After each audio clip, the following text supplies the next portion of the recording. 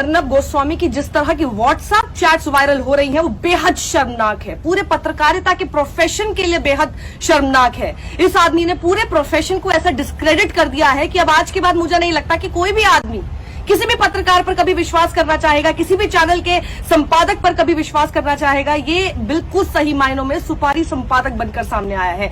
WhatsApp chats में एक एक करके मैं आपको बता दूं सबसे ज्यादा शर्मनाक बात क्या है।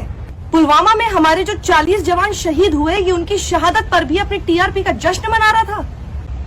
ये सब बातें कैसे सामने आती? इस आदमी के अंदर, दिमाग के अंदर, दिल के अंदर क्या है, ये सब कुछ कैसे सामने आता?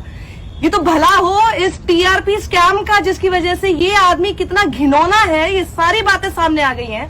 पूरा व्हाट्सएप चैट कम से कम 512 पेज का वायरल हो गया है, मुंबई पुलिस के पास है। और उसमें सबसे बड़ी घिनौनी इसकी बात मैं आपको बताती हूँ। आज मैं आपको इसकी कई घिनौनी बातें बताऊंगी जो व्हाट्सएप चैट से वायरल हो रही है। उसमें सबसे बड़ी घिनौनी बात यह है कि पुलवामा का अटैक, उस टेररिस्ट अटैक पर यह आदमी जश्न मना रहा था। ये आदमी अपनी टीआरपी में आगे होने का जश्न मना रहा था, खुशी मना रहा था। और एक टेररिस्ट अटैक को इस आदमी ने इवेंट बना दिया कि इसके अंदर भी देखिए आधा घंटा पहले हम लोग हैं, पूरे ग्राउंड प्रेजेंस, कोई और चैनल नहीं है। मतलब इस आदमी ने इवेंट बना के रख दिया एक आतंकी घटना को, एक टेररिस्ट अटैक को। सुनिए क्या बोलता है ये आदमी। जब पार्थो दास गुप्ता के साथ इसकी व्हाट्सएप चैट्स हो रही थी तो उसके अंदर सबसे पहली बड़ी घिनौनी बात जो कि अर्नब गोस्वामी करता है वो ये, this attack we have one like crazy.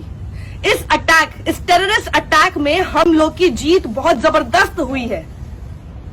देश की नहीं, अपनी टीआरपी की बात कर रहा है ये आदमी। 20 minute ahead on the biggest terrorist attack of the year in Kashmir. इस आदमी ने बिल्कुल उसको इवेंट की तरह बना दिया कि हम उसमें 20 मिनट पहले थे।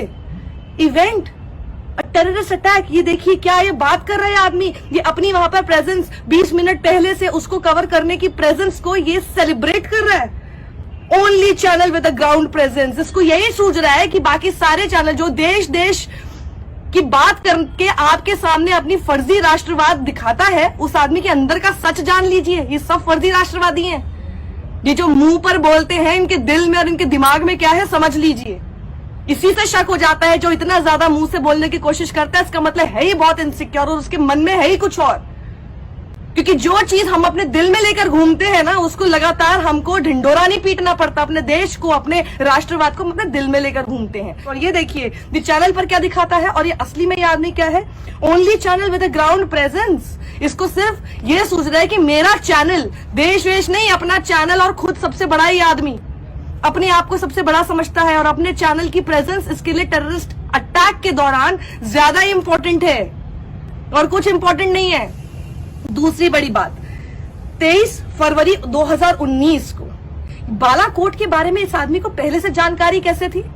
2 दिन पहले यह आदमी पार्थो दास गुप्ता के साथ इतनी इंपॉर्टेंट इंफॉर्मेशन शेयर करता है, लीक करता है, जिस तरह से इसने पार्थो दास गुप्ता के साथ शेयर किया और न जाने इसने कितने लोगों के साथ शेयर किया होगा। और इस आदमी से, अर्नब गोस्वामी से, ये इंफॉर्मेशन सरकार की तरफ से किसने लीक की भाई? ये इंफॉर्मेशन आर्मी क्या करने जा रही है, ये इंफॉर्मेशन अर्नब गोस्वामी के पास कैसे आई? सबसे पहली बात, 2 दिन पहले देखिए क्या लिखता है, समथिंग बिग विल हैपन। पूरी श्योरिटी के साथ इसने कहा that something big will happen, something major will be done this time. इसने बोला कि इस बार कुछ बहुत बड़ा होने वाला है और बहुत बड़ा किया जाएगा। तो पार्थो दास गुप्ता बोलता है अच्छा, good for the big man in this season. In this season मतलब इलेक्शन सीजन। आपको पता ही है 2019 में इस घटना के थोड़े समय बाद ही इलेक्शन होने वाले थे। इनको इससे सिर्फ यही मतलब है, एक बड़ी आतंकी घटना इस बीच हो चुकी है, हमारे 40 जवान शहीद हो चुके हैं और इनको सिर्फ इस बात से मतलब है कि नरेंद्र मोदी जो है उनके लिए बहुत अच्छा समय है ये, इस इलेक्शन सीजन में गुड स्वीप उनको मिलेगी। और आगे लिखता है he will sweep polls then. पूरा जिक्र किया, इलेक्शन पोल्स को स्वीप कर जाएंगे नरेंद्र मोदी। ये इनकी बातचीत हो रही है। और फिर जब वो पूछता है कि किस तरह की स्ट्राइक होगी तो अर्नब गोस्वामी बताता, देखिए उसके पास डिटेलिंग कितनी है, bigger than a normal strike and also एक नॉर्मल स्ट्राइक से बहुत बड़ी होगी। और इसके अलावा सेम टाइम पर something major on Kashmir, Kashmir में भी कुछ बहुत मेजर होने वाला है। ऑन पाक the government is confident of striking in a way that people will be elated. वो कह रहे हैं कि पाकिस्तान वाले मामले पर जो गवर्नमेंट है, जो सरकार है, अब इस आदमी कितनी पहुंचे सरकार में, तो सोचिए ये सरकार की क्या सोच को यहां पर बयां करता है। अब आप इसको ध्यान से सुनिएगा। पाकिस्तान के मसले पर सरकार पूरी तरह से कॉन्फिडेंट है इस तरह से हमला करने को लेकर जिससे कि लोग बहुत खुश हो जाएंगे। लोगों की खुशी वॉज इंपॉर्टेंट, शहीदों का बदला लेना was not important. Election time था और लोग खुश होने चाहिए। इसीलिए आपने देखा था कि जब चीन ने इसी प्रकार की घटना हमारे साथ की, हमारे ऊपर हमला किया, हमारी शहादत भी हुई, तब इस तरह का रिएक्शन कोई हमारे देश की तरफ से तो नहीं आया, ना ही इलेक्शन था, और आप लोगों को सिर्फ इसी बात से खुश कर दिया गया कि चलो टिकटॉक बैन कर दिया जाए। और ये आगे लिखता है Arnab Goswami, exact words use. तो एग्जैक्ट वर्ड जो सरकार की तरफ से जिसने भी इस आदमी को लीक की है जानकारी, उन्होंने जो वर्ड यूज किए हैं वो एग्जैक्ट वर्बेटम अर्नब गोस्वामी ने क्या बताया। On Pakistan the government is confident of striking in a way that people will be elated. ये एग्जैक्ट वर्ड्स है।